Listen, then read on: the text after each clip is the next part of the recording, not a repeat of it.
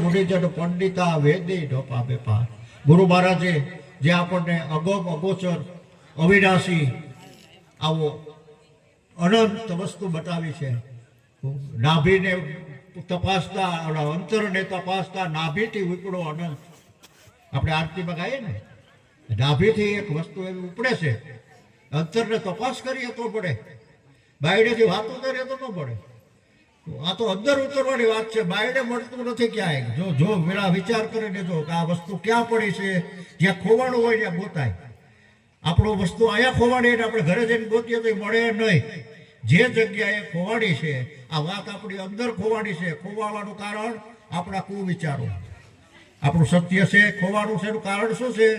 આપણા રજોગુણ, તમોગુણ, આની પ્રકૃતિઓ. એ આપણી વસ્તુ આપણા સત્યને સંશોધન કરવા નથી દેતી.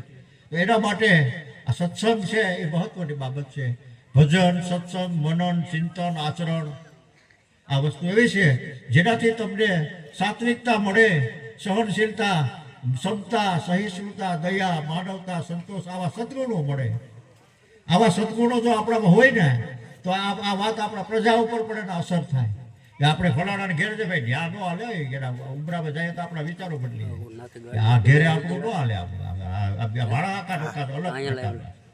બાકી જે માણા એવા હોય ને, જ્યાં તમે જાઓ એટલે જે એવું વાતાવરણ કરો તો જ એને ગમે.